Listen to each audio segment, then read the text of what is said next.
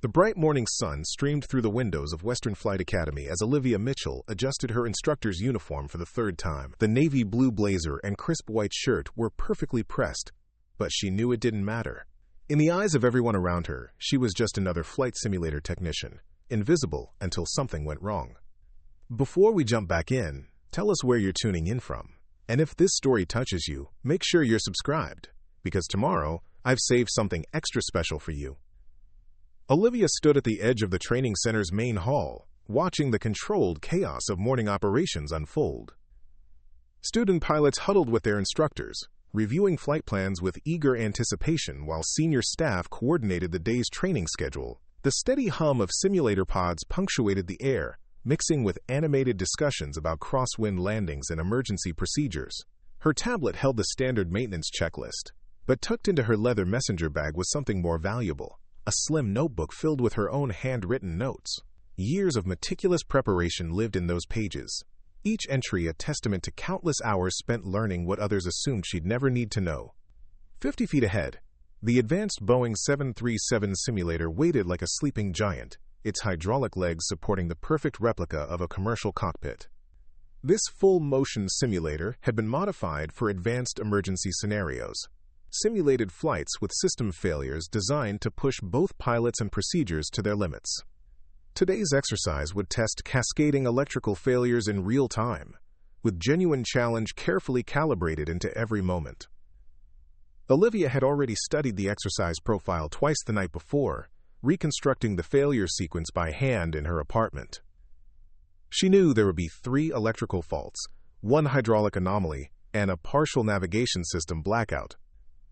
While others guessed at what might happen, she had plotted each breakpoint against operational thresholds, writing everything in her own shorthand across the margins of her notebook. Near the simulator entrance, Captain Marcus Reynolds stood in his perfectly tailored uniform, aviator sunglasses perched casually on his head. His confident posture and easy smile spoke of a man who'd never been forced to justify his place in a cockpit. Beside him, First Officer Elena Diaz nodded along to his casual briefing, her tablet tucked under one arm as her eyes darted between the simulator and her notes. When Olivia approached with her technical clearance sheet, Marcus barely glanced up. His voice carried the relaxed tone of someone accustomed to automatic respect. "Looks like they've got you monitoring systems today," he said, that trademark half-smile playing at his lips. "Just don't touch anything unless it's actually on fire." Elena laughed softly at his joke. Olivia didn't. Instead, she handed over her paperwork with a simple nod and began her own inspection of the simulator. Her hands stayed in her pockets. No need for a checklist when every system had already been calibrated at dawn. The senior instructors and students filled the room with noise and distraction. She'd checked the simulator herself, as always. The observer's console was pristine when she sat down, displays dark, waiting for activation. She settled into the seat and adjusted her headset with practiced precision, every movement deliberate. Her gloves remained tucked away. She preferred direct contact with the controls, even though today, those controls would remain in monitoring mode only. Marcus took his place in the captain's seat with theatrical flair, already beginning his pre-flight checklist as Elena settled into the first officer's position. "We'll take it nice and easy," he announced through the intercom, "unless the sim team gets over-eager." Olivia didn't respond. She was already activating her diagnostic overlays, watching system indicators climb toward their operational ranges. One gauge was already drifting outside optimal parameters, not critical yet, but worth noting. She made a mental mark and lightly touched the edge of her notebook. As they began the simulated takeoff, Marcus ran through his procedures with rapid-fire efficiency. Olivia followed along silently, one breath behind each call-out, mirroring every system check in her mind. When he requested confirmation of her monitoring status, she gave the standard reply: "Observer monitoring systems only." "Good," Marcus replied with satisfaction. "That's the safest kind." Olivia closed her eyes briefly, feeling the simulated engine vibrations pulse through the platform. Her fingers hovered just above her console controls, not touching, just ready. She knew exactly what she would do if everything went wrong. She didn't hope it would happen, but she understood what it would cost if no one was prepared.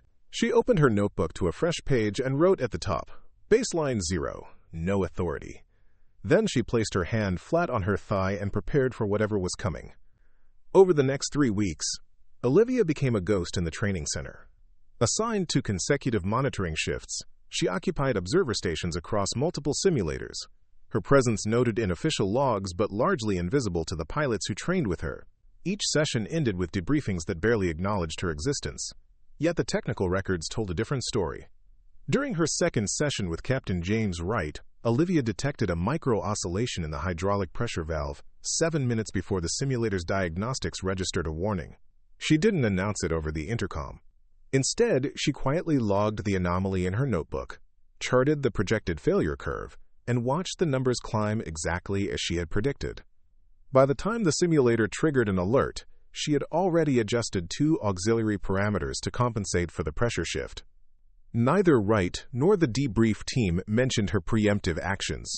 The third week brought a communications drill that would have ended in emergency protocol activation if Olivia hadn't been paying attention.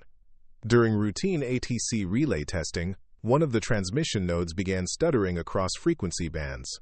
Captain Diana Foster attributed it to routine background interference and continued the exercise. After shutdown, Olivia stayed behind in the simulator and quietly routed the diagnostic output through a secondary telemetry line. When the tech crew reviewed the system the next morning, they found a complete degradation map logged in meticulous detail, but no one asked who had drawn it. Preparing and narrating this story took us a lot of time, so if you are enjoying it, subscribe to our channel. It means a lot to us. Now back to the story. It was technician Leo Garcia who finally noticed her pattern. A systems specialist from the parallel maintenance team, Leo was sharp-eyed, quick-talking, and had a habit of spinning his access card between his fingers as he walked. He caught Olivia in the equipment room between training sessions, reviewing a calibration panel for the 4th time that day. "You know you're not the one flying these sims, right?" he said, tilting his head with curious amusement. "You can relax a little." Olivia made no reply. She adjusted one dial a half-click to the left, double-checked the output drift, then turned to walk away. Leo watched her go with a puzzled expression, sensing something he couldn't quite name. After hours, when the training center emptied and briefing rooms fell silent, Olivia followed a different routine. She slipped through darkened corridors past the administrative offices and into the simulator wing, where 4 advanced training pods sat in separate bays, each marked with numbered designations. Pod B had become her sanctuary. She keyed herself in using her technician credentials and powered up the internal systems. The older simulator lacked the fidelity of the newest models, but that wasn't what she needed. She needed friction scenarios that would push her beyond comfort into the realm of pure instinct. Each session began at cruise altitude with partial failures already in progress. Sometimes it was complete navigational blackout. Other times degraded control responses or phantom sensor alerts during landing approach. She never adjusted the difficulty downward, never reduced complexity, or gave herself easier parameters. Instead, she flew each scenario as presented, over and over, without commentary or complaint. Working with minimal instrumentation became her specialty. No heads-up display, no visual overlays, just raw instrument readouts and the tactile memory of controls under her fingertips. Her small flashlight cast a narrow circle of light across the console as she worked through each emergency, making notes by hand in her notebook after every session. When the simulator pitched her into asymmetric thrust or dropped her into zero visibility approach patterns, she didn't react with emotion or panic. She moved the control yoke by intuition and sequence, following principles burned into muscle memory. Trim first, throttle second, keep the nose honest, keep the wings level. One evening, she ran a severe turbulence sequence 5 consecutive times, each iteration adding randomized variables. By the 5th attempt, the system flagged her response time at 1.4 seconds, faster than most certified airline pilots under similar conditions.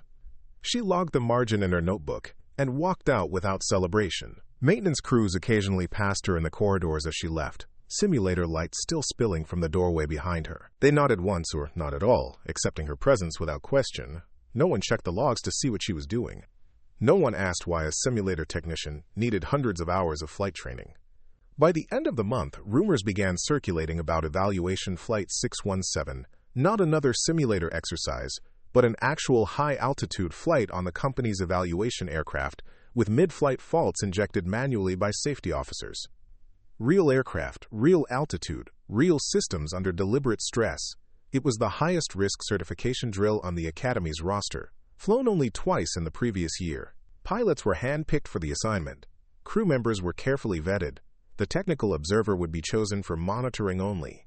Olivia heard the speculation and passing conversations during prep meetings, filtered through casual remarks and barely concealed anxiety. She didn't repeat what she heard or participate in the gossip. Instead, she returned to her apartment and began redrawing failure trees in her notebook, checking fatigue tolerances by system age, calculating trim thresholds against stress loads at descent rates of 2,000 feet per minute. She marked down 3 scenarios that no one else had mentioned, edge cases that lived in the gaps between official procedures and real-world physics. Her notebook grew heavier with 5 new pages filled with compression codes showing layer upon layer of system cascade maps. At the bottom of one sheet, she underlined a critical number: altitude tolerance for a failed forward electrical bay at full engine power. Her calculation was 8% more conservative than the flight brief suggested, but she didn't change it. The next morning, she passed Marcus in the corridor near the briefing room. He stood laughing with several instructors, his voice carrying across the space with characteristic confidence. As Olivia stepped past, he called out loud enough for others to hear, "Make sure we get a tech who knows the difference between a circuit breaker and a light switch tomorrow." The words landed heavily like dropped stones. Olivia said nothing, but her grip tightened slightly on her tablet. That afternoon, the flight roster posted just after noon. Her name appeared beside Evaluation Flight 617, Technical Observer, Mitchell O. There was no announcement, no confirmation meeting, no special briefing, just her name on the list. She folded the notification, placed it in the back of her notebook, and returned to the simulator bay one final time. Under the dim glow of emergency lighting, she marked 3 new failure profiles in her notes and tested the position of the control yoke one last time. Her hands remained steady as her pencil moved across the page. She didn't need anyone to tell her to be ready. She already was. The night before Evaluation Flight 617, Olivia couldn't sleep. Not from anxiety. She'd trained too extensively for that, but from a heightened awareness of what tomorrow might bring. She sat at her kitchen table until 2 a.m., reviewing her notes one last time, mentally flying through each potential scenario. Her one-bedroom apartment was sparse, but meticulously organized. Aviation textbooks lined the bookshelves in perfect order, technical manuals were stacked on her desk, and framed aeronautical charts decorated the walls instead of art. The only personal touches were a faded photograph of her grandmother, the first woman in their family to attend college, and a small model of a Cessna 172, the first aircraft she'd ever flown as a teenager. Olivia had learned to fly at 16, working weekends at a small municipal airport to pay for lessons. By 18, she had her private pilot's license and dreams of becoming a commercial airline pilot. But life had other plans. Financial constraints, the competitive nature of the industry, and several missed opportunities had redirected her toward a career in flight simulation technology. She'd excelled in the technical aspects, quickly becoming one of the most skilled simulator technicians in the region. Her understanding of aircraft systems often surpassed that of the instructors she supported. Yet somehow, she'd remained stuck in the observer role, the person who maintained the simulators rather than the one who flew them. At 3 a.m., she finally closed her notebook and tried to sleep. Tomorrow would test everything she'd been preparing for. As she drifted off, her last conscious thought was of the sensation of controls under her hands. Not simulated ones, but the real thing. Morning came too quickly. Olivia arrived at the Academy's private airfield 2 hours early, walking the perimeter of the maintenance hangar, where the evaluation aircraft, a modified Airbus A320, waited for the day's exercise. Unlike the commercial versions, this aircraft had been specially equipped with override systems that could induce controlled failures for training purposes. The sun was just breaking over the horizon when Director Catherine Harmon approached, clipboard in hand, and surprise evident on her face. "You're early, Mitchell," she said, checking her watch. "Briefing isn't for another hour." "Wanted to review the aircraft modifications, ma'am," Olivia replied, keeping her voice neutral. Director Harmon studied her for a moment. This is just an observation role. Technical monitoring only. Yes, ma'am, I understand. Good. Because we have 2 certified test pilots who will handle any irregularities. Your job is simply to record system responses. Olivia nodded once, her expression giving nothing away. Director Harmon walked away with a slight frown, as if trying to reconcile something that didn't quite add up. The pre-flight briefing was conducted in the Operations Center, a sleek glass building adjacent to the hangar. Captain Marcus Reynolds would serve as pilot in command, with First Officer Gabriela Morales as his co-pilot. 6 evaluators would monitor the exercise from ground control, and 3 additional crew members would be on board, 2 safety officers, and Olivia as technical observer. Today's profile is straightforward, explained Chief Safety Officer William Blake, pointing to the flight path displayed on the large screen. Take off from here, climb to 30,000 feet, then execute a series of technical evaluations over uninhabited terrain. The exercise will include multiple system anomalies introduced at predetermined intervals. Your objective is to identify, manage, and resolve each issue according to standard operating procedures. Marcus leaned back in his chair, exuding confidence.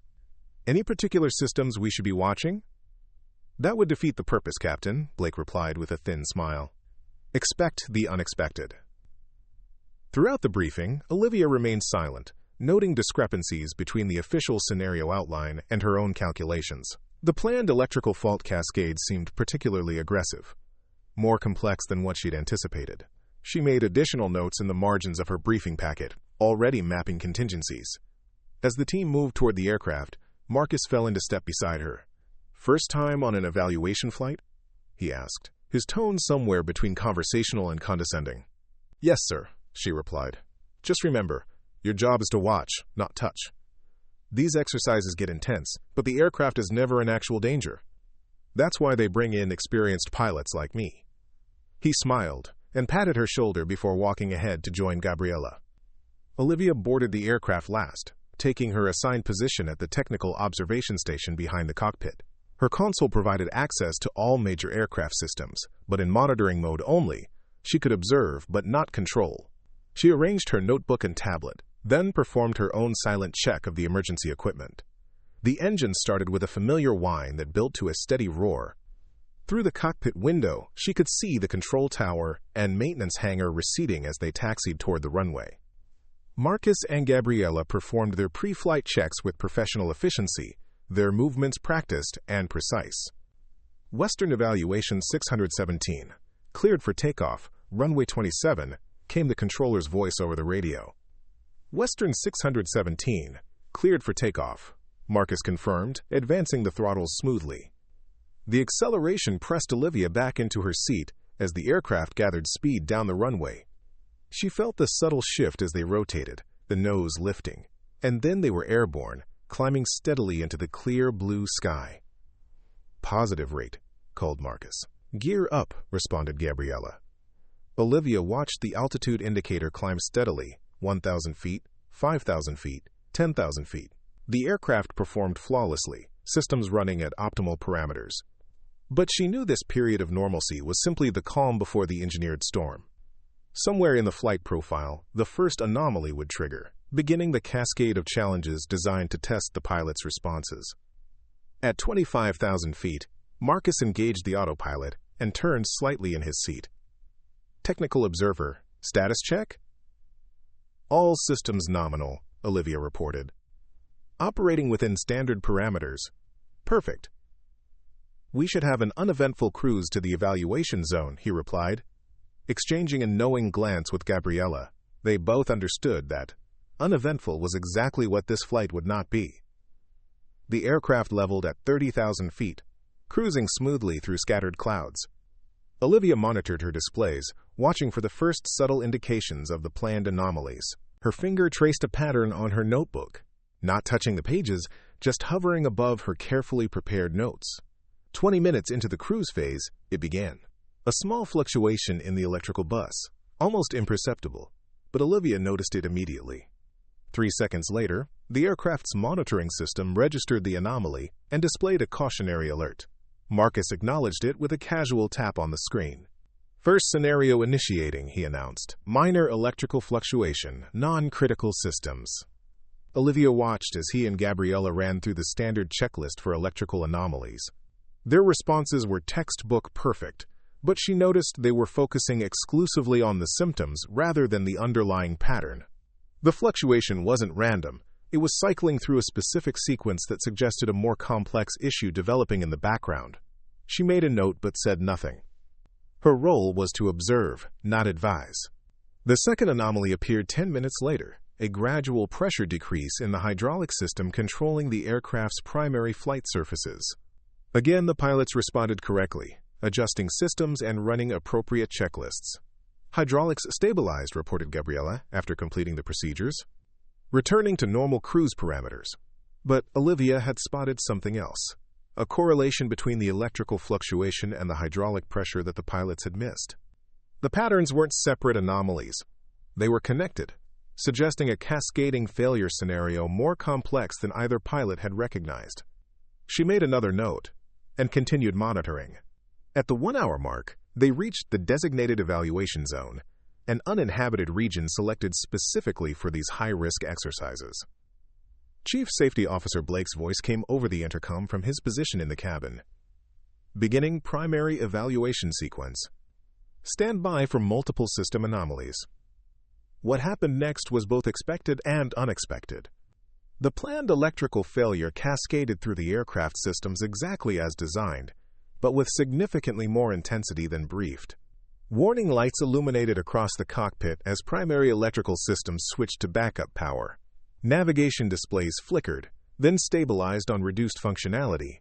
Marcus and Gabriella responded immediately, their hands flying across the controls with practiced precision. Electrical failure cascade, Marcus announced, switching to backup systems and initiating recovery protocols. Olivia watched the system diagnostics closely. The scenario was running hotter than planned. Stress parameters were exceeding the briefed limitations. Something wasn't right. She checked her notebook, comparing real-time readings with her predictions. The electrical surge was affecting adjacent systems at a more rapid rate than should have been possible with the safety limiters in place. This wasn't just a simulated emergency anymore. Something in the test parameters had gone wrong. Before she could report her observations, a new warning blared through the cockpit. The environmental control system was failing, causing a gradual but accelerating depressurization. Marcus reached for his oxygen mask while simultaneously working through the emergency checklist. Initiating emergency descent, he announced. Gabriella, notify air traffic control of our situation. As Gabriella reached for the radio, Olivia noticed her movements becoming slightly sluggish. The depressurization was affecting her cognitive functions. Marcus, too, seemed to be struggling to maintain his focus, his responses delayed by fractions of seconds that hadn't been there before. The oxygen system should have compensated automatically, but Olivia's displays showed it wasn't delivering the expected flow rate. The safety systems designed to prevent actual danger during the evaluation were failing. Then it happened. Mid-sentence during a radio call, Marcus slumped forward in his seat, his oxygen mask askew. Beside him, Gabriella's eyes widened in shock as she reached toward him, but her movements were uncoordinated, her own oxygen saturation dropping dangerously. Captain unresponsive, Gabriella managed to say before her own speech slurred and she too began to lose consciousness. Olivia acted instantly. She pulled her emergency oxygen mask on and moved forward to the cockpit entrance. The aircraft was now in a shallow descent with the autopilot engaged, but multiple systems were degrading simultaneously. Without immediate intervention, they would continue to cascade toward catastrophic failure. Control, this is Technical Observer Mitchell, she transmitted. Both pilots are incapacitated due to oxygen system failure. Aircraft systems are degrading beyond simulation parameters. This is a real emergency. The response was immediate. Observer Mitchell, this is Control. Maintain current heading and altitude. Emergency response is initiating. Do not touch flight controls. Olivia glanced at the system diagnostics, then at the two unconscious pilots. The aircraft was still flying, but the autopilot was operating on compromised electrical systems. Multiple failure indicators were now flashing red. They didn't have time to wait for the emergency response team. "Negative, Control," she replied, her voice calm despite the circumstances. "Systems failure is accelerating. Pilots require immediate medical attention, and aircraft requires manual intervention to maintain control. I am qualified. I am taking control." Without waiting for a response, Olivia moved to the first officer's seat, carefully securing Gabriella's unconscious form before positioning herself at the controls. She disengaged the autopilot and took manual control of the aircraft, feeling the immediate feedback through the yoke. "Control, I have manual control of the aircraft," she announced. "Beginning emergency descent to 10,000 feet to restore cabin pressure. Request immediate medical guidance for pilot treatment." The silence that followed lasted only seconds but felt much longer. "Observer Mitchell," came Director Harmon's voice, tense with controlled panic. "Our systems show severe degradation across multiple aircraft functions. Can you stabilize?" "Already in progress," Olivia replied, her hands moving across the controls with the same precision she'd practiced hundreds of times in simulators. "Primary electrical bus is compromised. I've rerouted essential systems through auxiliary power. Beginning controlled descent now." The aircraft responded to her inputs smoothly, the nose pitching down to increase descent rate while maintaining structural integrity. She kept the bank angle minimal, prioritizing stability over speed. Behind her, one of the safety officers had regained consciousness with his emergency oxygen and was attending to the pilots. "Both alive but unresponsive," he reported. Oxygen flow to their masks was compromised. Olivia acknowledged without taking her eyes from the instruments. The aircraft was passing through 25,000 feet, descending at a controlled 2,000 feet per minute. Systems that had been failing began to stabilize as she rerouted power and adjusted configurations with her free hand. "Control, request emergency landing clearance at nearest suitable airfield," she transmitted. "Current position is 60 miles northeast of Carson Regional Airport." "Clearance granted," came the immediate response. "Carson Regional is being prepared for your arrival. Emergency services standing by." As the aircraft descended through 15,000 feet, cabin pressure began to normalize. Marcus stirred slightly in the captain's seat, but remained largely incapacitated. Gabriella, now being attended to in the cabin, was showing stronger signs of recovery. At 10,000 feet, Olivia leveled briefly to reassess system status. The electrical issues had stabilized but remained critical. Hydraulic pressure was holding but reduced. The aircraft was flyable but compromised. "Beginning approach to Carson Regional," she announced. "Request runway and wind information." As control provided the necessary details, Olivia plotted the approach mentally, adjusting for the aircraft's compromised systems.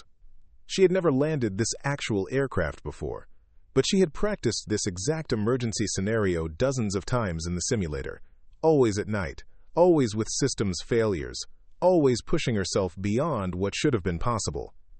The safety officer returned to the cockpit.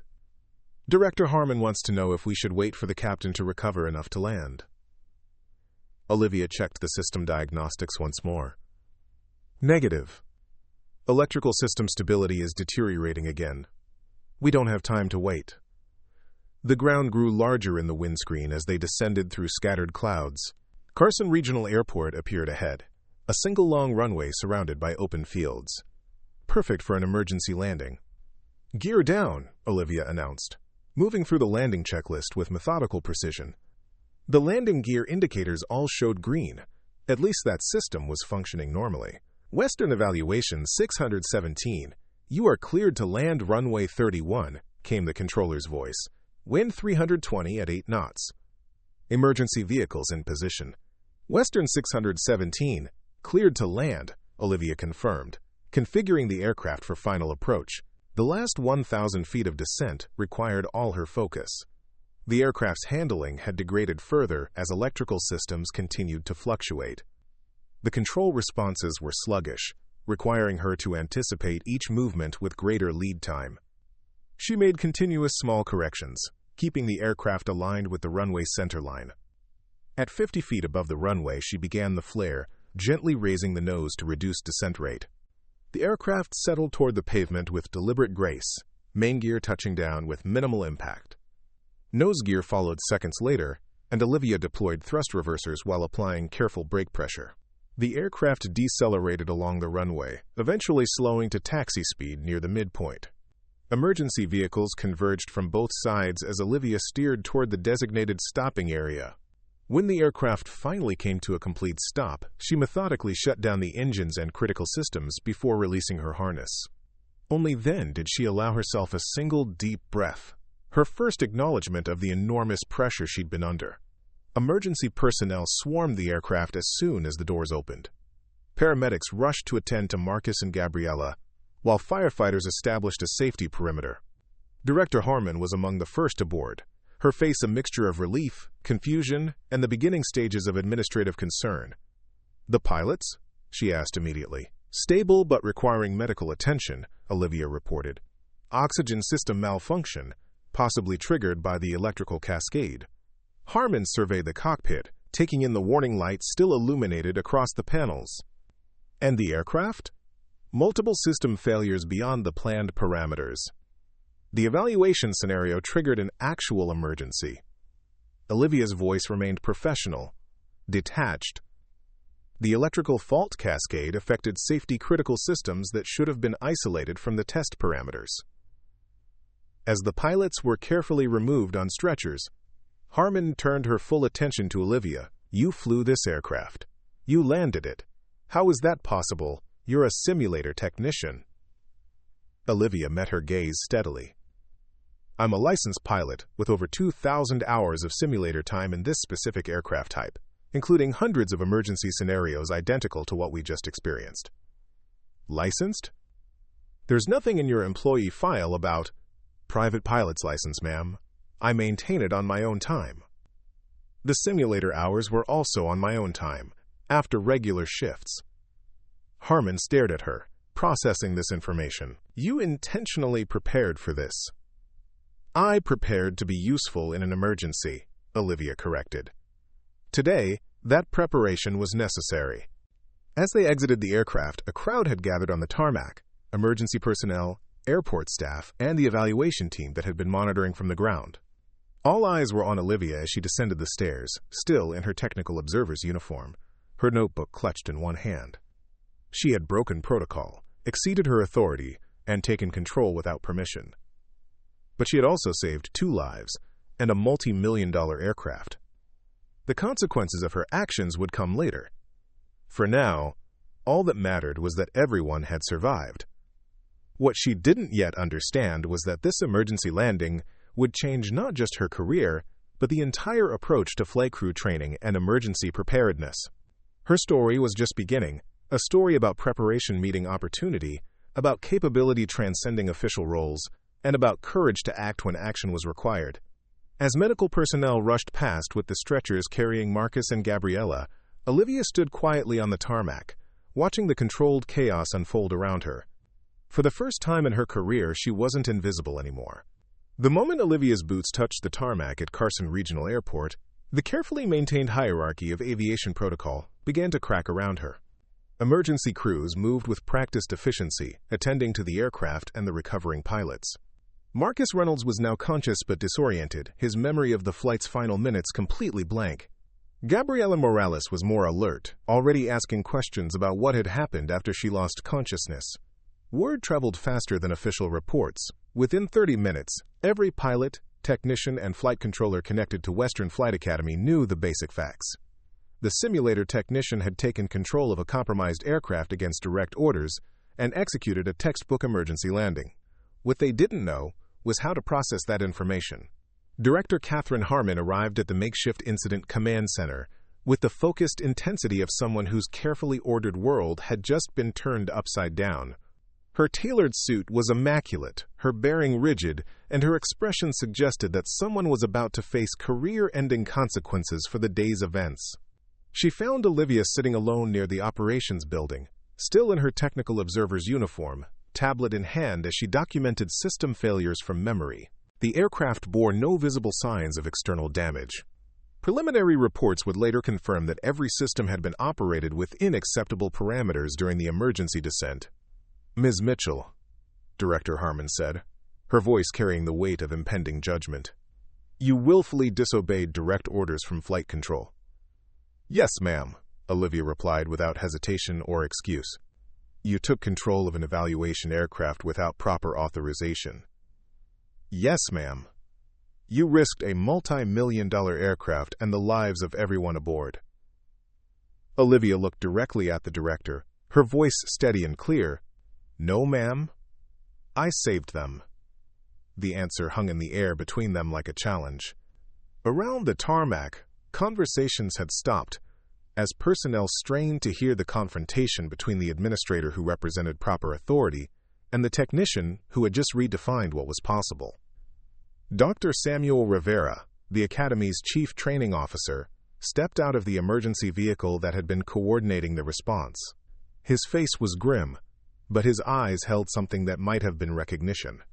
"Director Harmon, I need to see the flight data before any disciplinary action is taken." "Samuel, the violation is clear regardless of outcome." "The outcome," Rivera said quietly, "is that we have 2 pilots in medical who are alive instead of dead, and an aircraft that's intact instead of scattered across 50 miles of countryside. I want to see exactly how that happened."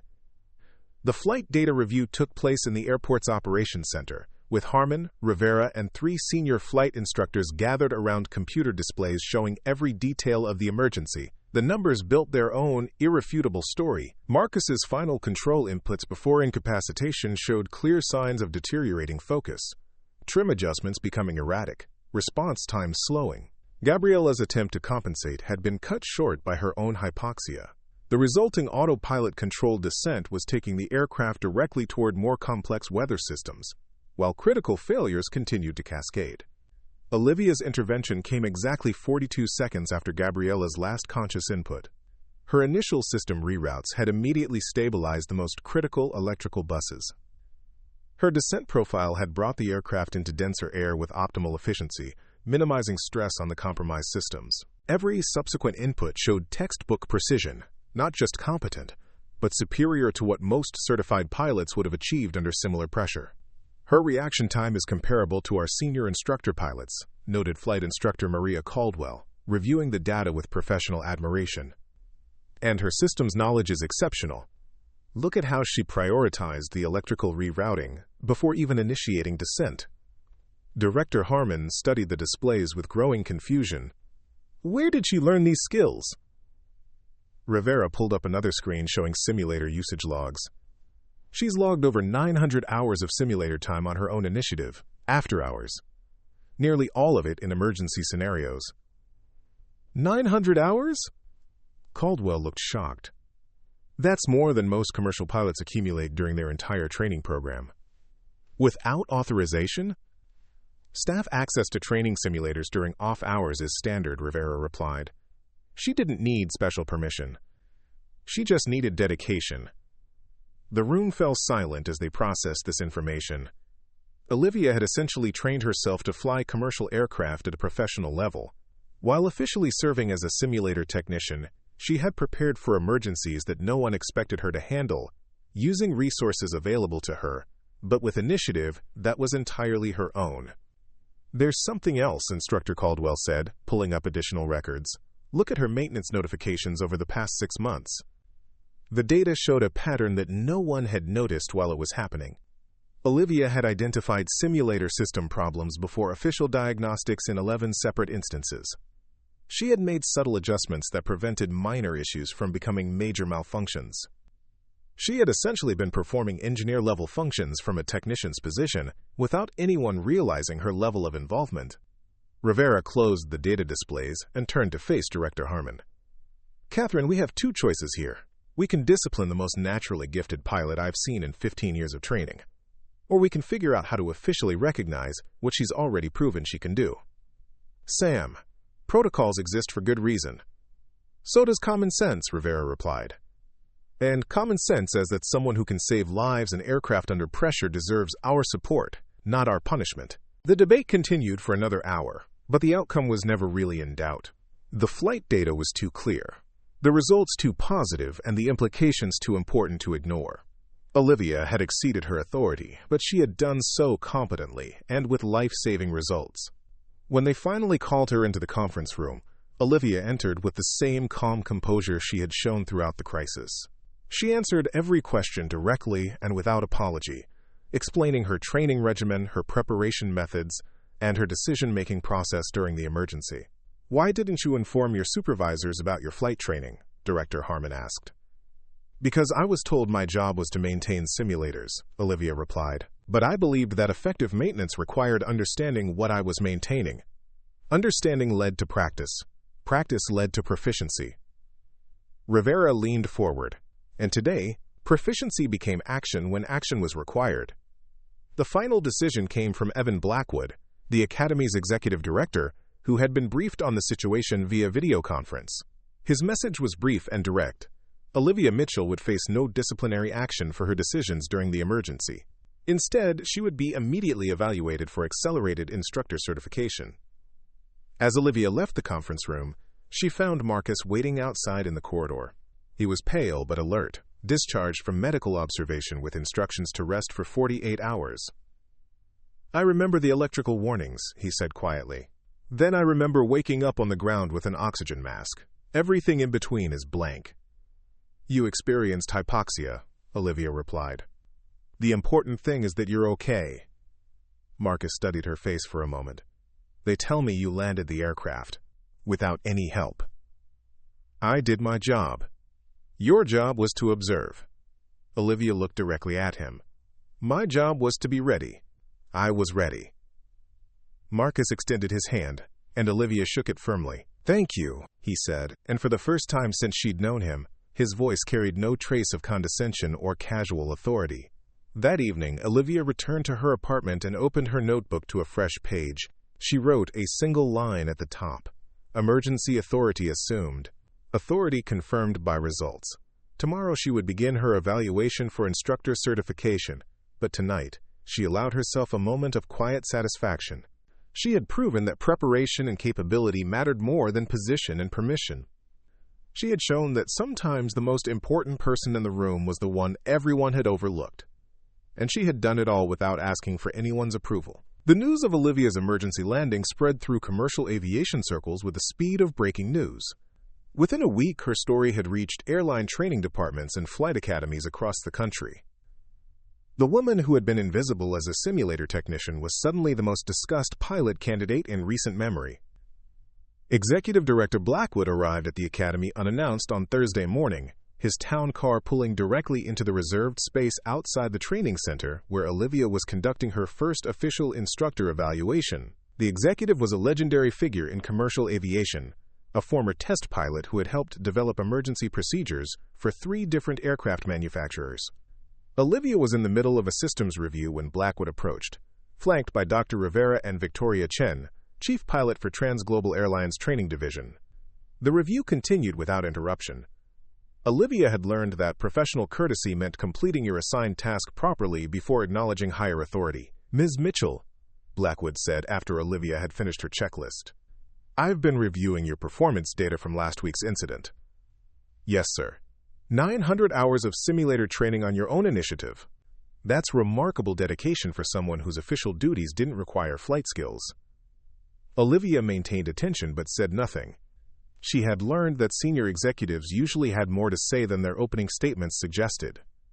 "I've also been reviewing your background," Blackwood continued. "Aeronautical engineering coursework at State University.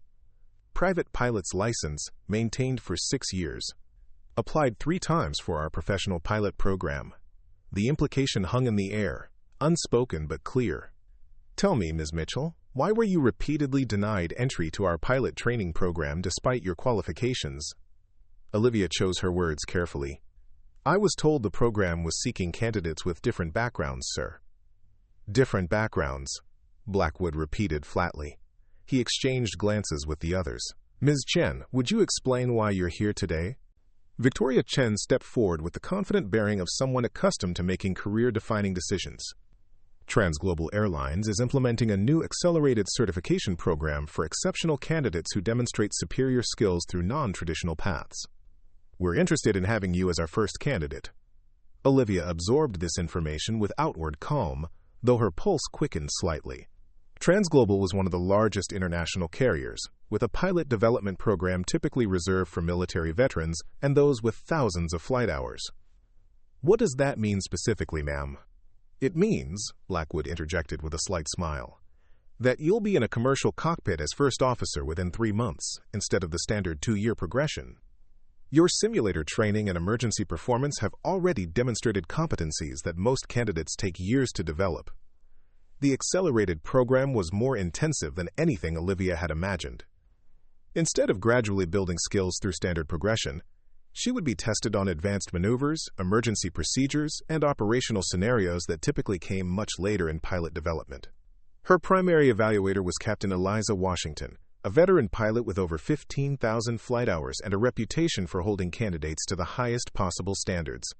Washington had reviewed Olivia's emergency landing data with professional skepticism.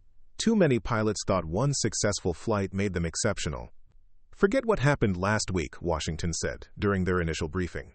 "That was instinct and adrenaline. Now I need to see if you can replicate that performance under controlled conditions while following proper procedures."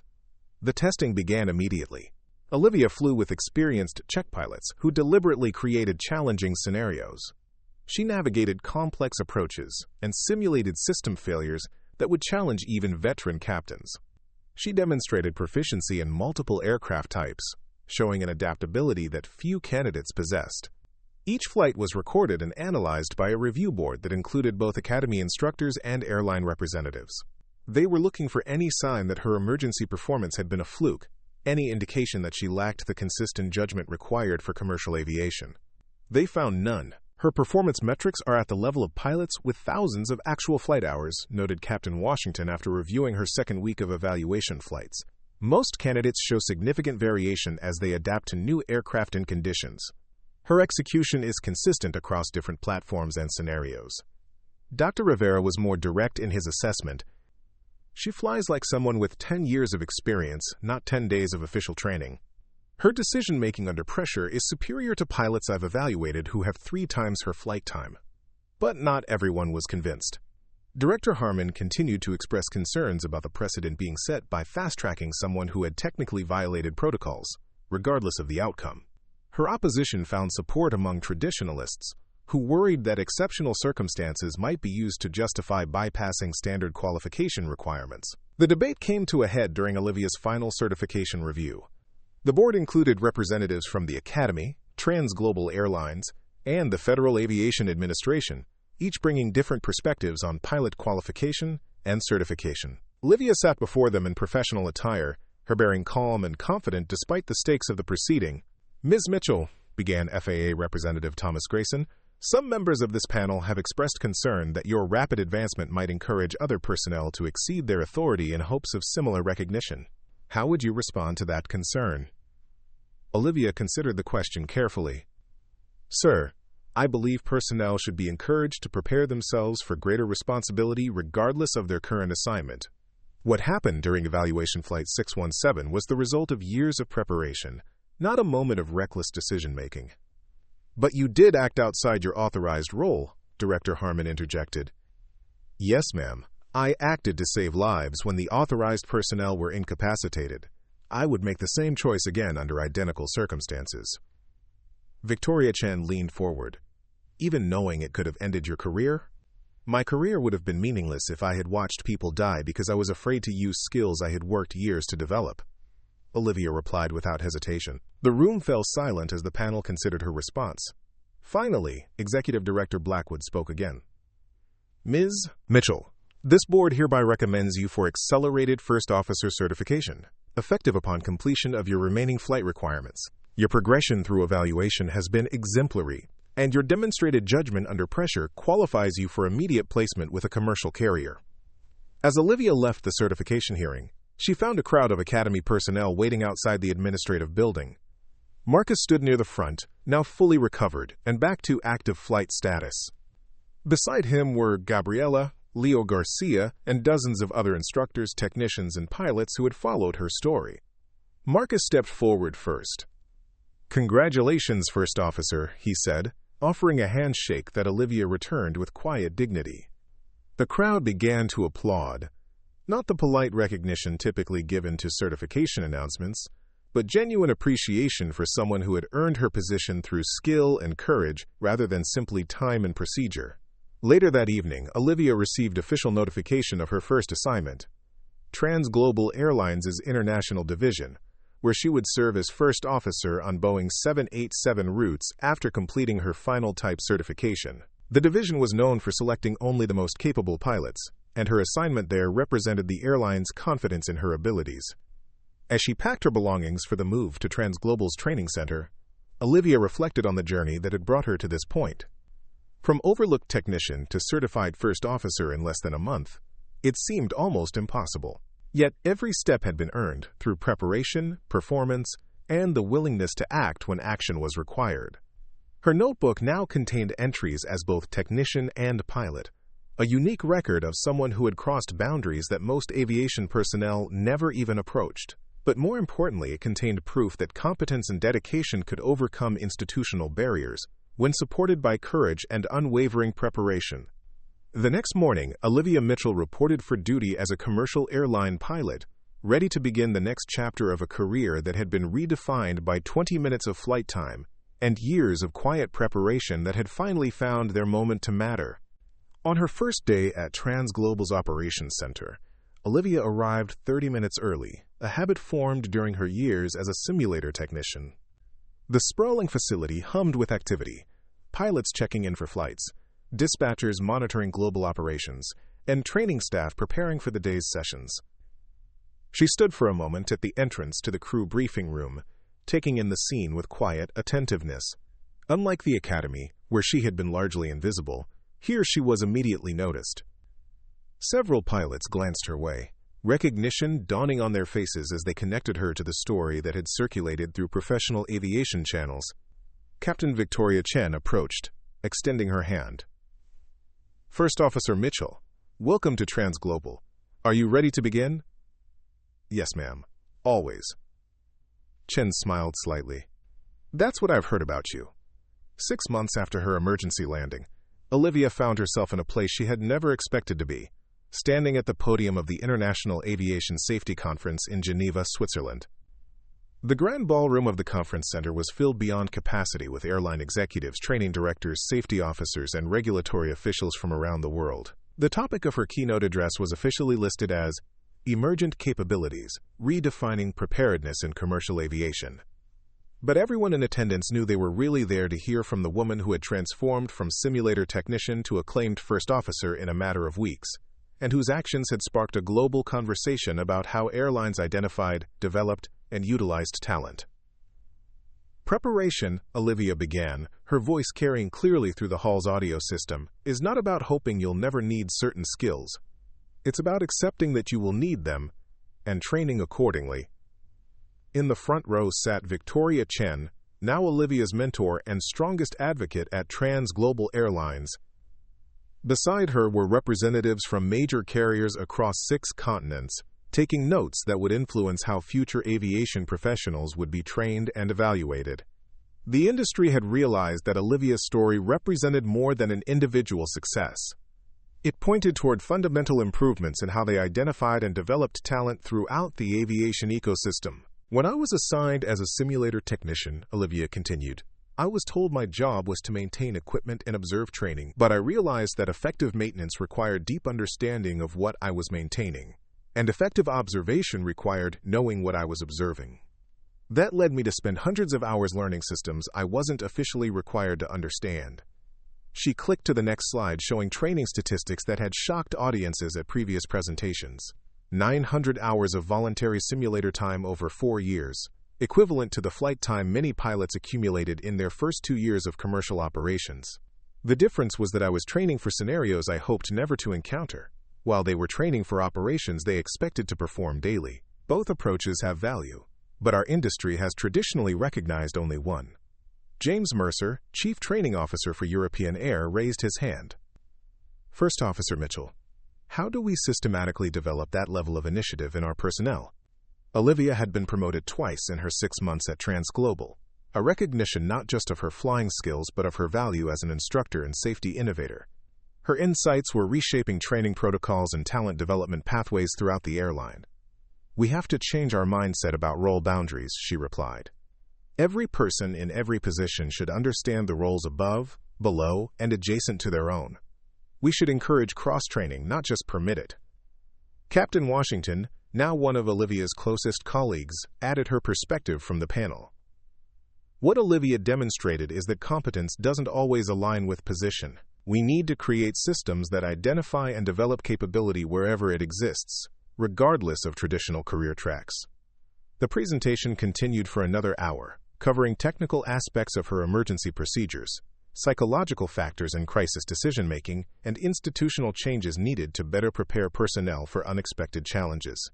But the most powerful moment came during the question-and-answer session, when a young woman from the audience stood up, her voice nervous but determined. "Ms. Mitchell, what would you say to someone who feels overlooked in their current position?" Olivia paused, remembering her own years of feeling invisible and underutilized.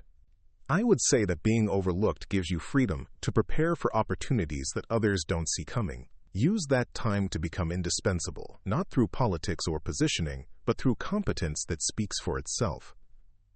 She gestured toward the presentation screen, which showed a photo of the Airbus A320 from her emergency landing. "Nobody asked me to learn how to fly that aircraft. Nobody expected me to be capable of saving it. But when the moment came, I was ready, because I had chosen to be ready." After the presentation, Olivia was approached by dozens of aviation professionals seeking advice on talent development, training opportunities, and how to prepare personnel for roles they weren't currently assigned to fill. But the conversation that mattered most came from Marcus, who had flown to Geneva specifically to attend her keynote. "I've been thinking about something," he said as they walked through the conference center's atrium. "Before that flight, I never questioned whether I was truly prepared for every scenario I might face. I assumed my training was sufficient because it was standard." Olivia nodded. "Standard training prepares you for standard situations." "Exactly. But emergencies aren't standard. They require preparation that goes beyond requirements." Marcus stopped walking and turned to face her. "I've completely revamped how I approach simulator sessions. I'm no longer just checking boxes for recertification." "How's that working out?" "Humbling," Marcus admitted. "I'm realizing how much I didn't know about my own aircraft and my own limitations, but I'm also discovering capabilities I never knew I had." That evening, Olivia received a call from TransGlobal's CEO, Jonathan Pierce, with news that would define the next phase of her career. The airline was creating a new position, Director of Integrated Talent Development. The role would involve developing programs to identify and cultivate exceptional capability throughout the organization, regardless of traditional career boundaries. "We want you to systematize what you did instinctively," Pierce explained. "Create training protocols that develop the kind of cross-functional competence you demonstrated." Olivia accepted the position immediately. It represented everything she had hoped for, the opportunity to ensure that future aviation personnel would be better prepared for the unexpected challenges that commercial flying inevitably presented. Her first initiative was the establishment of shadow training programs, where personnel in support roles could receive advanced training in areas adjacent to their official duties.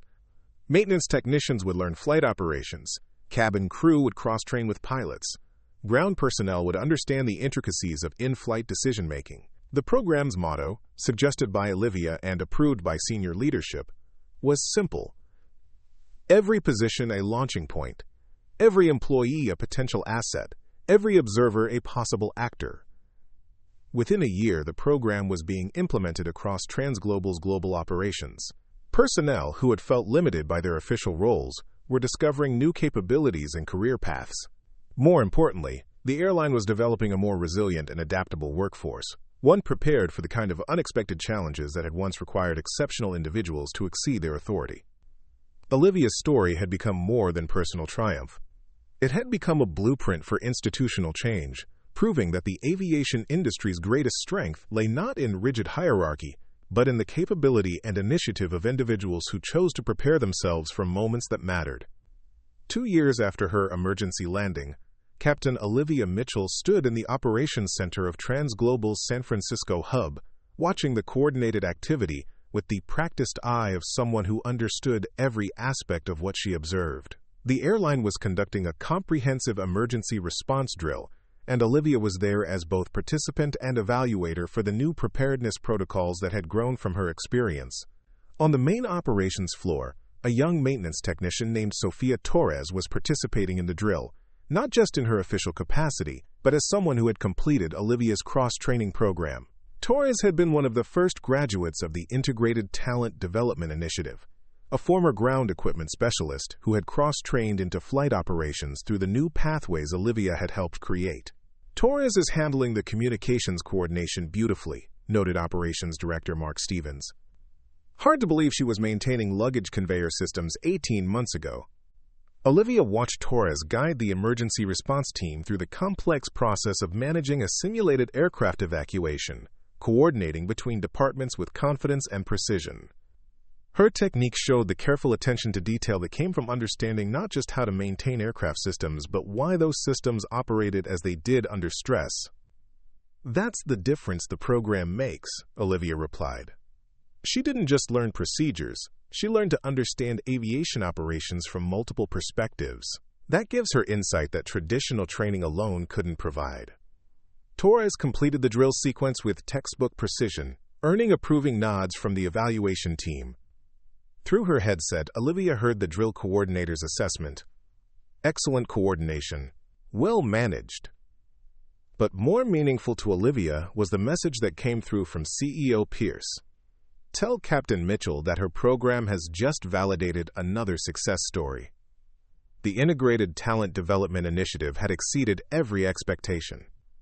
Employee retention had improved as people found new career paths and opportunities for advancement. Operational efficiency had increased as cross-trained individuals provided greater flexibility and capability. Most importantly, the culture had shifted from one that maintained rigid role boundaries to one that encouraged competence development regardless of traditional limitations. Olivia's personal story had become the foundation for systematic change, but she had been careful to ensure that the program's success didn't depend on exceptional individuals exceeding their authority. Instead, the system now officially encouraged and supported the kind of preparation that she had pursued independently. Later that evening, Olivia received a video call from Jonathan Pierce, who was in London for an industry conference. His message was both personal recognition and professional opportunity. "Olivia, the International Air Transport Association is implementing your talent development model across member airlines. They want you to head the new Global Aviation Capability Initiative with a focus on redefining how we train and prepare personnel across the entire industry."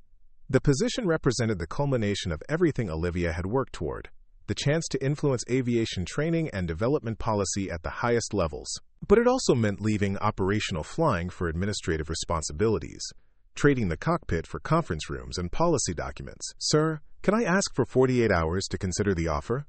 "Of course, but I should mention that the position comes with unprecedented scope and the opportunity to shape aviation training doctrine for the next generation." After the call ended, Olivia walked to the observation deck overlooking the San Francisco International runways, where she could watch aircraft taking off and landing while she thought without interruption. The airport stretched endlessly below, illuminated by runway lights and the movement of aircraft in the evening darkness. She thought about the young woman who had asked her advice after that first presentation in Geneva, the woman who had felt overlooked in her current assignment. That woman was now Emma Parker, a former flight attendant who had completed the cross-training program and was currently in pilot training with a regional carrier. Her path from cabin crew to cockpit had been officially supported and encouraged, rather than requiring the kind of individual initiative and risk that Olivia had taken. She thought about Marcus, who had become one of the program's most effective advocates after his own experience with inadequate preparation. His training department now led the industry in cross-training initiatives and had the lowest incident rates among comparable carriers. Most of all, she thought about the hundreds of aviation professionals who would never face the kind of crisis she had encountered, but who were now better prepared for whatever challenges their careers might bring. The program had created an aviation workforce that was more adaptable, more capable, and more resilient, not because of exceptional individuals, but because ordinary people had been given extraordinary preparation. The next morning, Olivia made her decision. She called CEO Pierce and accepted the IATA position, but with one condition. She would spend at least 1 week each month in operational settings, flying as an active pilot, to maintain her connection with the frontline reality that made the program's work. "Approved," Pierce replied immediately. "We need leaders who remember that policy exists to support operations, not the other way around." Olivia's transition ceremony took place in Transglobal's operations center with personnel from across the airline in attendance. But the moment that mattered most came afterward, when Sofia Torres approached her during the reception. "Captain Mitchell," she said, "I wanted to thank you for creating the program that made my career possible." "Thank you for proving that the program works," Olivia replied. "But remember, you're the one who did the work to earn your position." "Yes, ma'am, but you're the one who made it possible for people like me to try." As Olivia prepared to leave for her new assignment, she made one final entry in the notebook that had traveled with her through every phase of her career. The pages now documented her progression from simulator technician to pilot to program director. But the final entry was simple: mission advancing, ready for the next challenge. She closed the notebook and placed it in her briefcase, knowing that her story was no longer just about one person's journey from oversight to leadership. It had become something larger. Proof that preparation and opportunity could combine to create outcomes that no one had thought possible. The aircraft that would take her to IATA headquarters in Montreal was waiting at the terminal, its engines already undergoing pre-flight checks. As Olivia walked toward the security checkpoint, she looked back once at the operations center, the organized complexity of airport functions, aircraft being positioned, personnel conducting their duties, the endless activity that kept commercial aviation functioning. Somewhere in that controlled chaos was the next person who felt overlooked, the next individual whose capabilities exceeded their current assignment, the next leader who would need courage to act when action was required. But now those people would have official support and systematic preparation instead of having to train themselves in isolation and hope for a moment to prove their worth. Olivia Mitchell had transformed her personal story of preparation and courage into institutional change that would benefit thousands of aviation professionals for decades to come. She had proven that sometimes the most important contribution an individual could make was not just to succeed personally, but to create systems that made success possible for others. Her boarding pass showed Seat 1A, a courtesy extended to her as a captain, even though she wasn't flying the aircraft. As she settled into her seat, she exchanged professional nods with the flight crew, who recognized her immediately. Their respect wasn't just for her rank or her story, but for what she represented: the possibility that preparation could transform not just individual careers, but entire industries. The pre-flight announcements began, and Olivia felt the familiar surge of anticipation that came with every takeoff. Tomorrow, she would begin work at IATA, shaping policy and programs that would influence aviation training across the globe. But today, she allowed herself a moment of satisfaction at having transformed a single moment of crisis into a legacy of readiness that would serve long after her own career had ended. As the aircraft accelerated down the runway, Olivia looked out the window at the airport receding below. The aviation world stretched endlessly ahead, full of unknown challenges and opportunities. But now, thanks to the programs she had created, the professionals who would face those challenges would be better prepared than ever before to meet them with confidence, courage, and the capability that came from being truly ready for whatever might come. 3 years after accepting the IATA position, Olivia found herself addressing the United Nations International Civil Aviation Organization in Montreal. The Grand Assembly Hall was filled with representatives from 193 member states, each responsible for aviation policy in their respective countries. Her presentation, titled "The Human Factor: Redefining Aviation Safety Through Integrated Capability Development," had become the cornerstone of a new global approach to aviation training and personnel development. Aviation safety, she began, is not merely about aircraft systems, maintenance protocols, or regulatory compliance, though all are essential. At its core, aviation safety depends on human beings making the right decisions at critical moments, often under extreme pressure and with incomplete information. On the screens behind her, data from 3 years of the Global Aviation Capability Initiative showed remarkable results: a 37% reduction in human factor incidents, a 42% improvement in emergency response effectiveness, and a 28% increase in problem identification before incidents occurred. These improvements didn't come from better technology or stricter regulations, Olivia continued. They came from reimagining how we prepare people for the unexpected, by breaking down artificial barriers between roles, by encouraging universal understanding of aircraft operations, and by recognizing that capability often exists where we least expect it. The Secretary General of ICAO, Dr. Isabella Fernandez, listened intently from her position at the head table. Her organization had initially been skeptical of Olivia's approach, concerned that it might undermine established certification standards and regulatory frameworks. Now, she was one of its strongest advocates. After Olivia's presentation, Dr. Fernandez took the podium.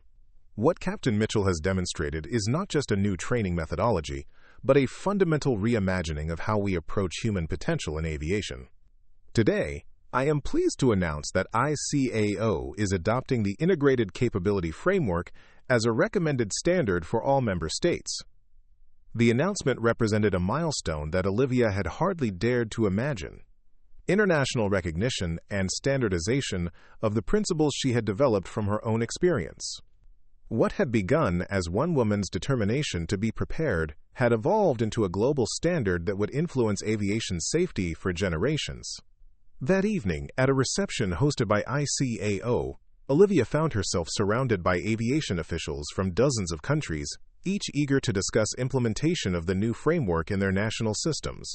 But the conversation that struck her most deeply came from an unexpected source. A young air traffic controller from Brazil approached her quietly, waiting until others had moved away before speaking. "Captain Mitchell," she said, "your story changed my life." "How so?" Olivia asked. "I was denied entry to flight school 3 times despite excellent qualifications. After hearing about you, I started my own preparation program. I continued my controller duties while studying aircraft systems and procedures on my own time. Last month, I was accepted into our National Airlines Accelerated Pilot Program, the first controller in my country to make that transition." Olivia smiled, recognizing in this young woman the same determination that had driven her own journey. "What's your name?" "Lucia Santos." "Remember this moment, Lucia. Someday, you'll be the one creating pathways for others." As the reception continued around them, Olivia reflected on how far the aviation industry had come since that fateful day at 30,000 feet. The rigid hierarchies that had once defined aviation careers were giving way to more fluid pathways based on demonstrated capability. The artificial boundaries between pilots, technicians, controllers, and other aviation professionals were becoming more permeable, creating a workforce with broader understanding and greater adaptability. Most importantly, the industry was learning to look for talent and capability wherever it existed, not just in traditional career paths or expected places, but in every position and role where dedication and initiative might flourish. The next morning, Olivia received a call from the International Flight Safety Foundation with news that would mark yet another milestone in her remarkable career. The foundation was establishing the Mitchell Initiative for Emergency Preparedness, a global program designed to identify and support aviation professionals who demonstrated exceptional potential outside their assigned roles. "We want to create a formal pathway for the next Olivia Mitchell," explained the foundation's director. "A system that recognizes and nurtures exceptional capability before crisis makes it evident." As Olivia reviewed the program proposal, she felt a profound sense of completion. Her personal journey had come full circle, from being the overlooked technician to creating systematic support for others who might otherwise be overlooked. Later that week, she visited a flight training academy in Montreal, where the new integrated training approach was being implemented. As she observed a class of students, a diverse group that included former maintenance technicians, flight attendants, ground handlers, and traditional pilot candidates all training together, she noticed one young woman particularly. The student sat slightly apart from others, taking meticulous notes in a well-worn notebook. During the simulation exercise, she demonstrated a level of systems understanding that exceeded even the instructor's expectations. After the class, Olivia approached her. "That was impressive work. You seem to have a deeper understanding of the electrical systems than most at this stage." The young woman looked surprised to be noticed. "Thank you, Captain Mitchell. I was an electrical engineer before applying to flight school. And you're bringing that knowledge into your pilot training." "That's exactly what the integrated approach is about." "I heard your keynote last year," the student said. "It made me realize I didn't have to leave my engineering expertise behind to become a pilot. I could bring it with me, make it part of my value as an aviator." Olivia smiled. "What's your name?" "Maya Williams." "Well, Maya Williams, keep that notebook close. Your unique perspective is going to make you an exceptional pilot. As Olivia left the academy, she thought about how her story would continue through people like Maya and Lucia, professionals who would never have to hide their preparation or feel constrained by artificial limitations on their capabilities.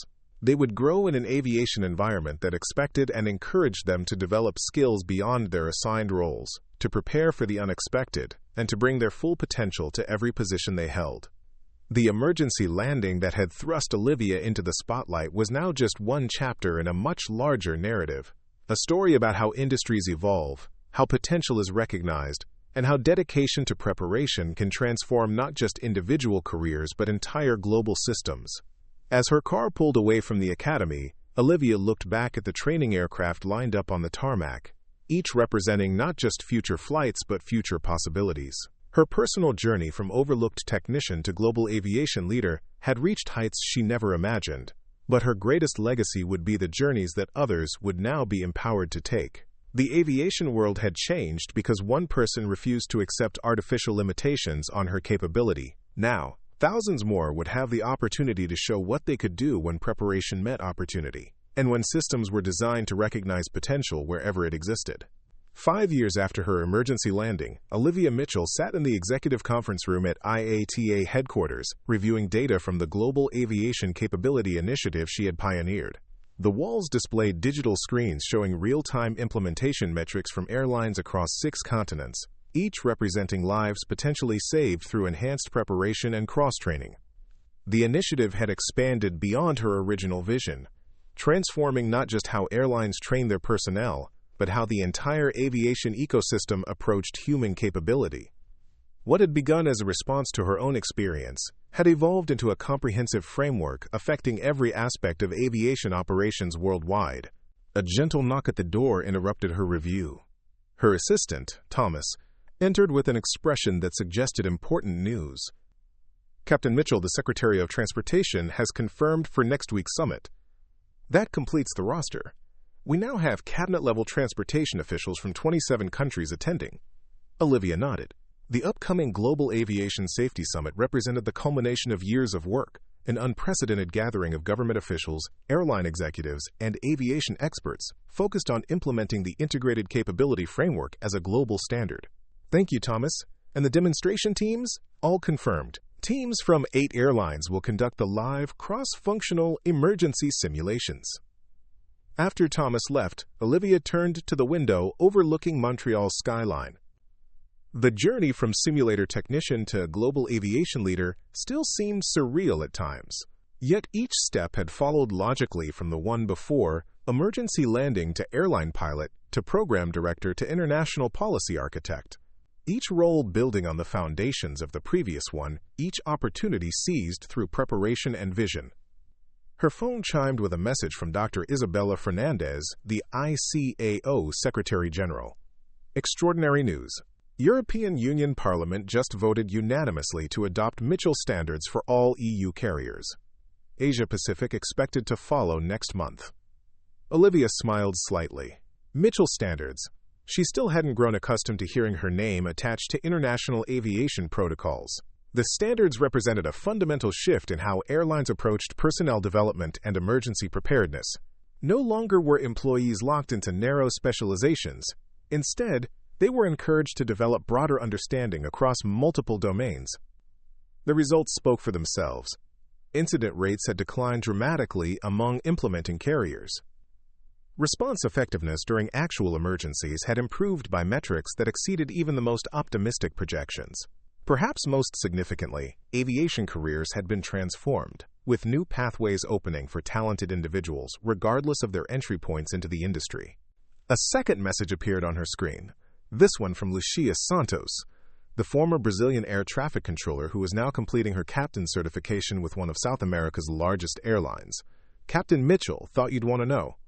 I just mentored my first cross-training candidate, a maintenance engineer who showed exceptional aptitude during our emergency drills. The Mitchell pathway continues." This was the outcome that gave Olivia the greatest satisfaction, seeing her experience replicated through others who had overcome similar barriers. Each success story represented not just an individual achievement, but the multiplication of capability throughout the aviation community. Her reflections were interrupted by another knock. Dr. Samuel Rivera, now IATA's Director of Implementation Programs, entered with a tablet displaying new data. "You'll want to see this," he said, placing the tablet before her. "We've completed the 5-year comparative analysis of traditional versus integrated training programs." The screen showed a comprehensive breakdown of performance metrics, incident response times, and safety outcomes across multiple airlines and training systems. The contrast was stark. Integrated programs consistently outperformed traditional approaches across every measured dimension. "The data is irrefutable," Rivera continued. "The Mitchell approach isn't just marginally better, it's transformative. We're seeing a 43% reduction in human factor incidents among fully implementing carriers." Olivia studied the figures with the careful attention to detail that had characterized her approach since her days as a simulator technician. "What about the skeptics? Are we still getting resistance?" "Less each month. The results are too compelling to ignore. Even the most traditional carriers are beginning to adopt elements of the framework." After Rivera departed, Olivia returned to the window, watching aircraft taking off and landing at Montreal International Airport in the distance. Each represented hundreds of lives entrusted to aviation professionals, many of whom now trained under programs influenced by her experience. Her phone rang. Victoria Chen, who had become TransGlobal's CEO the previous year. "Olivia, have you seen the announcement from Pacific Airways?" "Not yet. What's happening?" "They've just appointed Maya Williams as their new Director of Integrated Operations, the former engineer you mentored at the Montreal Academy." Olivia smiled. Maya had progressed rapidly through the ranks, her unique combination of engineering expertise and piloting skills making her especially valuable in developing new training protocols. "That's excellent news. Maya understands the philosophy perfectly. She lived it." "She cited you in her acceptance speech," Chen added. "Said you showed her that barriers between specialties were artificial constructs that limited both individual potential and organizational effectiveness." After the call, Olivia pulled up her calendar for the coming month. Beyond the Global Safety Summit, she had scheduled visits to implementation sites on 4 continents, part of her commitment to maintaining connection with operational realities. Despite her executive position, she had never stopped flying regularly, maintaining her captain's qualification and logging hours on multiple aircraft types. This connection to frontline operations had become a defining characteristic of her leadership approach, and one she insisted be replicated throughout the organizational structure. No one in the initiative could advance to senior positions without maintaining direct operational involvement, ensuring that policy was always informed by practical experience. Her assistant appeared at the door again. "Captain, your flight to London has been confirmed for tomorrow morning. The crew has been notified that you'll be taking the left seat for the transatlantic crossing." Olivia nodded. Tomorrow's flight would serve multiple purposes: maintaining her flight currency, evaluating a newly implemented cross-training protocol for the cabin crew, and positioning her for meetings with European aviation officials ahead of the summit. "Thank you, Thomas. Please inform the first officer that I'd like to review the route planning with him this evening." That night, in her apartment overlooking the St. Lawrence River, Olivia opened the notebook that had accompanied her throughout her journey. Its pages chronicled the evolution from personal preparation to global initiative, from hidden capabilities to international standards.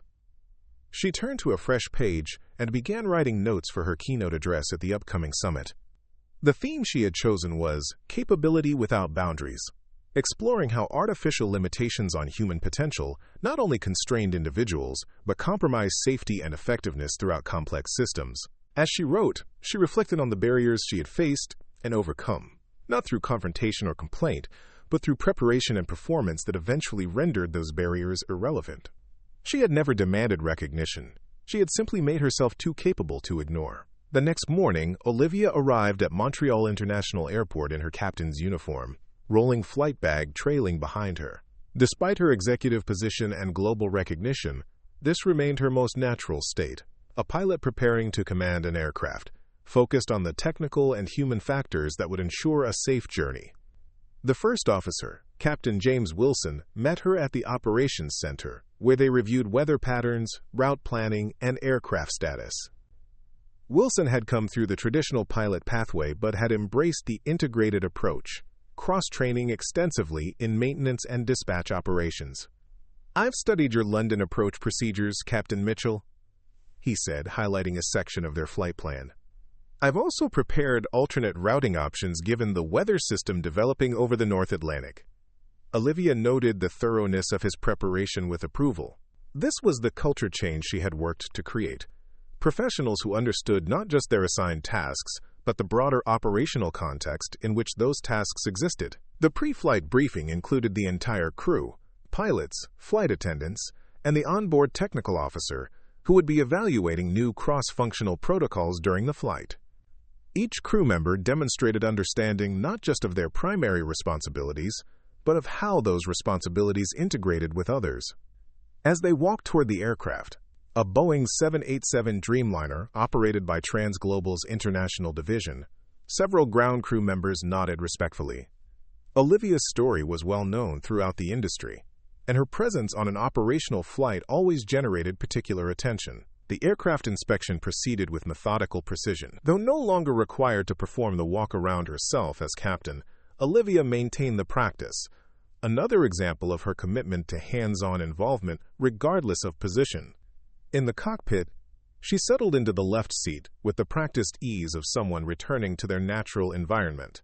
Her hands moved across the controls with familiar precision, each switch and indicator exactly where muscle memory expected it to be.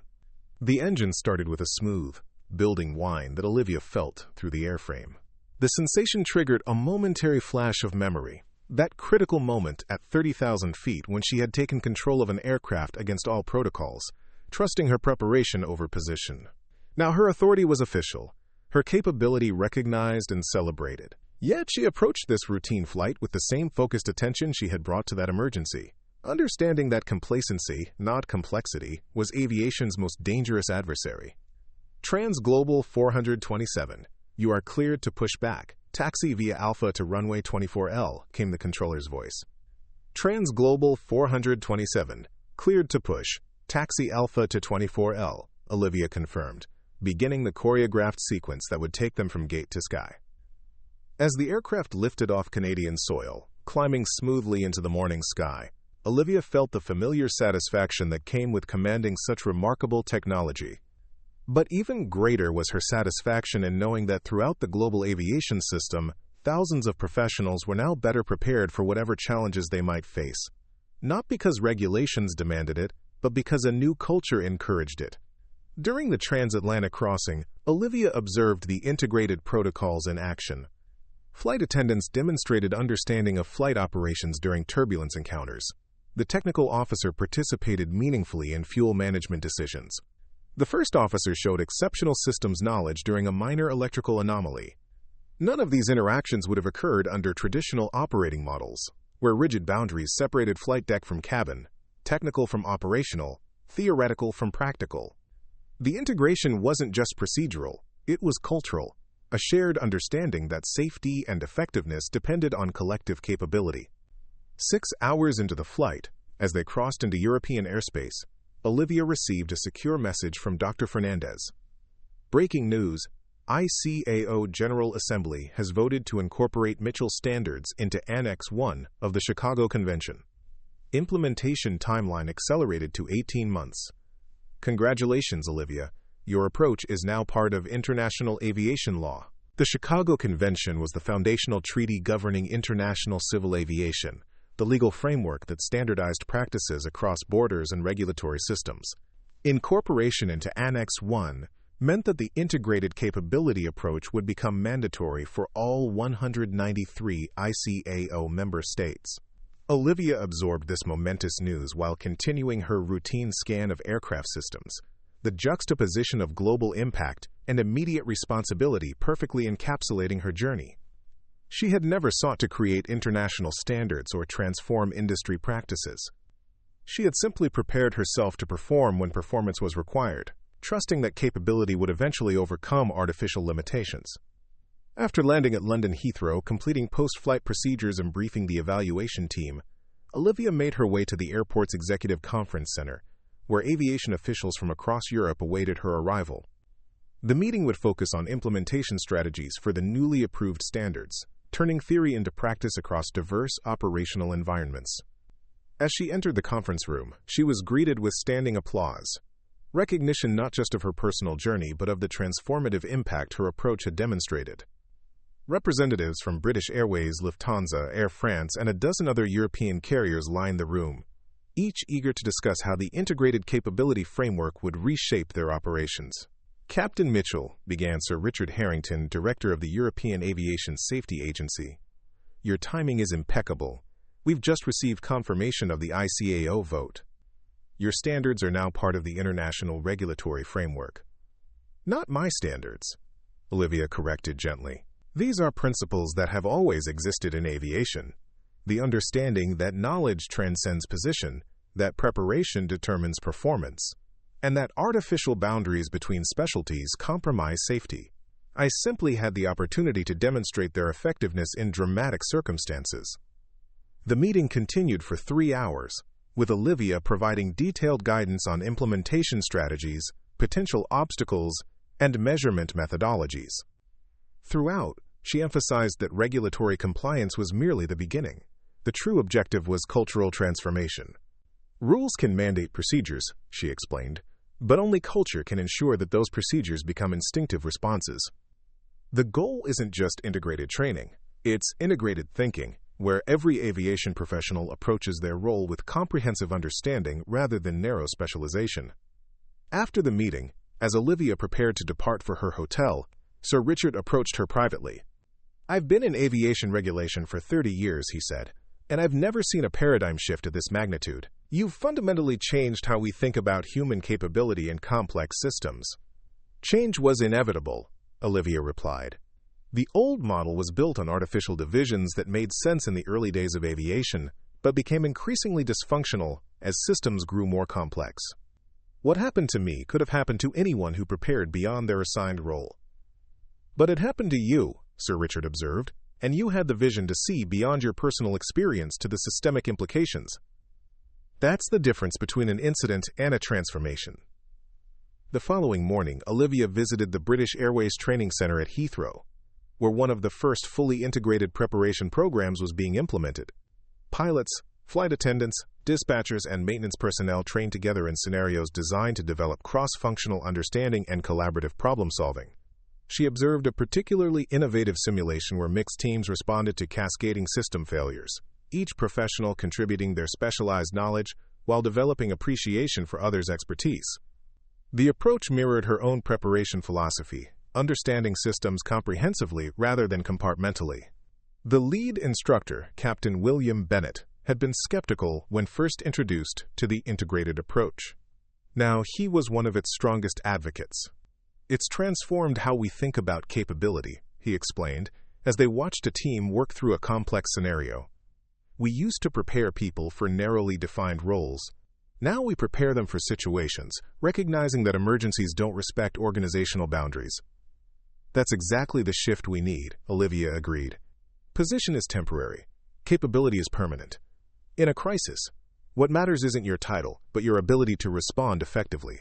As she continued her observation, Olivia noticed a young maintenance technician participating in the scenario with exceptional situational awareness.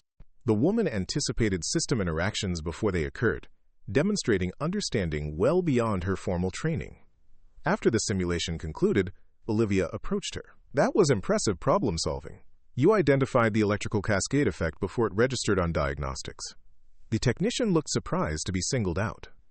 "Thank you, Captain Mitchell. I've been studying system interactions on my own time.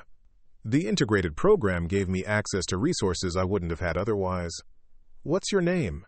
"Sarah Connor, ma'am."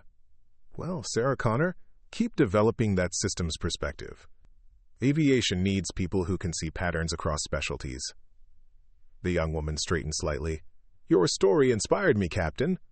I was considering leaving aviation before the integrated program opened new possibilities." This was the human impact that gave Olivia the deepest satisfaction. Individuals whose potential might have been wasted under the old paradigm, finding pathways to fuller contribution under the new approach. Each represented not just personal fulfillment, but enhanced capability for the entire aviation system. That afternoon, Olivia delivered a guest lecture at Imperial College London's Department of Aeronautics, speaking to graduate students who would form the next generation of aviation professionals. Rather than focusing on technical aspects of the integrated framework, she addressed the philosophical underpinnings of her approach. The most dangerous boundaries in aviation aren't physical but conceptual. she told the packed auditorium. When we define people by narrow specialties, pilot, engineer, controller, we artificially limit their potential contribution. The most effective aviation professionals transcend these boundaries, developing perspective that spans traditional divisions. A student raised his hand. Captain Mitchell, doesn't this approach risk diluting expertise? Isn't there value in deep specialization? Excellent question, Olivia replied. The integrated approach doesn't eliminate specialization, it contextualizes it. Primary expertise remains essential, but it becomes more effective when informed by broader understanding. A pilot who understands engineering principles makes better decisions about aircraft systems. An engineer who understands flight operations designs more effective solutions. Another student asked, how do you respond to critics who say your experience was exceptional and can't be systematized? By pointing to the data, Olivia said. When we implemented these principles across diverse airlines and operational environments, we saw consistent improvements in safety metrics, incident response, and problem identification. The approach works not because of exceptional individuals, but because it aligns with how complex systems actually function, as integrated wholes rather than isolated components. After the lecture, Olivia met with a small group of students who had created an innovation lab focused on applying integrated capability principles beyond aviation to healthcare, maritime operations, and energy production. Their enthusiasm reminded her of her own determination during those long nights of simulator practice, preparing for opportunities that others couldn't see. The following day, as Olivia prepared to depart London for the next stage of her European tour, she received a message from TransGlobal's current CEO, Victoria Chen. Just confirmed. Pacific Airlines has appointed Sarah Connor to their accelerated pilot program through the integrated pathway. Your London conversation made quite an impression. Olivia smiled at this news. Another connection formed, another capability recognized, another artificial boundary dissolved. The cycle continued, preparation creating opportunity, opportunity demonstrating capability, capability transforming systems. As her car approached Heathrow for her departure flight, Olivia looked out at aircraft taking off and landing in choreographed precision, each representing the culmination of countless human decisions, each carrying hundreds of lives, each operating within systems that were now more resilient because of changes she had helped initiate. She thought about how far aviation had come since that critical day at 30,000 feet, when a simulator technician had been the only person capable of saving an aircraft in crisis. The rigid hierarchies that had once defined aviation careers were giving way to more fluid pathways based on demonstrated capability. The artificial boundaries between roles were becoming more permeable, creating a workforce with broader understanding and greater adaptability. Most importantly, the industry was learning to look for talent and capability wherever it existed, not just in traditional career paths or expected places, but in every position where dedication and initiative might flourish. As her flight lifted off from London, climbing smoothly into the evening sky, Olivia opened her notebook one final time. On a fresh page, she wrote a single sentence that captured the essence of her journey and the transformation it had inspired. The greatest contribution is not what you achieve alone, but what you enable others to achieve together. She closed the notebook, knowing that her personal story had become something far larger, a fundamental reimagining of human potential in complex systems, a recognition that preparation and opportunity, when properly aligned, could transform not just individual careers, but entire global industries. The aircraft leveled at cruise altitude, systems functioning in harmonious integration, much like the human systems she had helped redesign. Outside her window, the sun was setting over the Atlantic, casting golden light across the horizon. But for aviation, a new day was dawning, one where capability would be recognized regardless of position, where preparation would be valued regardless of title, and where every person would be empowered to contribute to their fullest potential. Olivia Mitchell had never sought to change the world. She had simply prepared herself to meet whatever challenges might come, trusting that capability would eventually speak for itself. In doing so, she had created a legacy that would continue long after her own career ended. A legacy not of personal achievement, but of systemic transformation, not of individual heroism, but of collective empowerment. As night fell over the Atlantic, thousands of aircraft crisscrossed the skies, each safer than before, because one person had refused to accept artificial limitations on human potential. The story that had begun with a crisis at 30,000 feet had evolved into a global movement, proving that sometimes the most powerful force for change is not dramatic revolution but quiet preparation meeting unexpected opportunity. And somewhere below, perhaps in an airport terminal or simulator facility or maintenance hangar, another overlooked professional was preparing beyond expectations, developing capabilities that someday might matter more than anyone could imagine. They might never face the dramatic circumstances that Olivia had encountered, but they would be ready if they did. Not because regulations required it, but because a new culture encouraged it. That was Olivia Mitchell's true legacy. Not just what she had done, but what she had made possible for others to do. Not just a story of personal triumph, but a transformation in how human potential was recognized, developed, and deployed throughout complex systems. As her aircraft continued eastward into deepening night, carrying her toward the next chapter of her ongoing journey, the principles she had championed continued to spread across the global aviation community, illuminating pathways that had once been hidden, revealing capabilities that had once been overlooked, and creating possibilities that would continue to unfold for generations to come. Up next, you've got two more standout stories right on your screen. If this one hit the mark, you won't want to pass these up. Just click and check them out. And don't forget to subscribe and turn on the notification bell so you don't miss any upload from us.